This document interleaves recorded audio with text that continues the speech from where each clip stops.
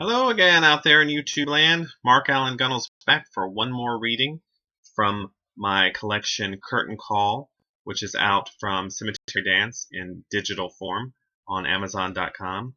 I'm going to do a brief reading from the final story in the collection, which is called The Town That Played Christmas for No One, which was inspired by a trip to a small town called Cowpens to visit some friends of ours and during the Christmas season. So I'm going to jump right into it. I knew we should have just taken the highway back, Kelly said from the passenger seat.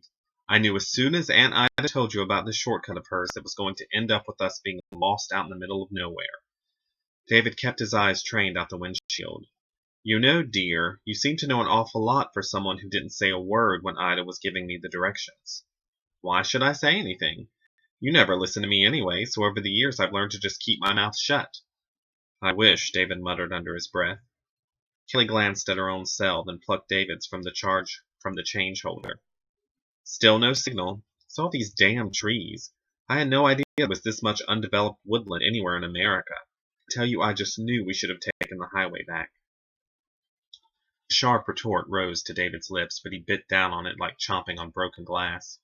This whole situation was stressful enough. He didn't need to exacerbate it with a needless fight, especially when Kelly had a point. David was lousy with directions, always had been. It wasn't really his fault, it was a family trait.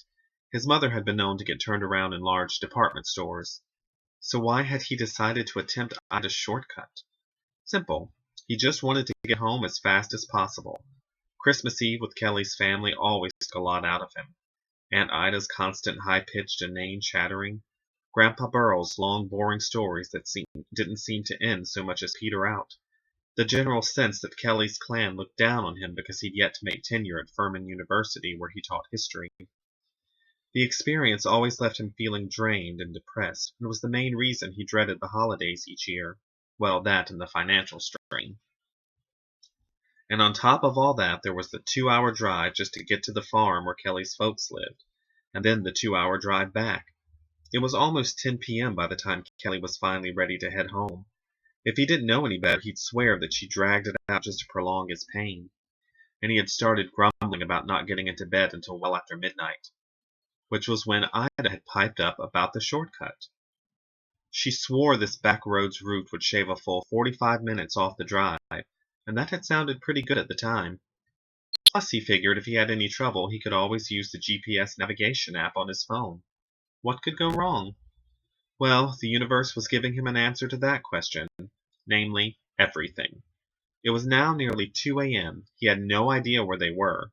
The phones weren't getting a signal, and in the last couple of hours they had passed nothing but dark houses and a few shuttered churches. And there was a new little problem that he had yet to share with Kelly. The gas light was on. Okay. And that's just a little bit from The Town That Played Christmas Music for No One.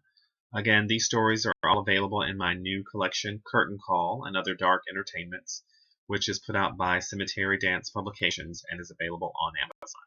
So thank you all.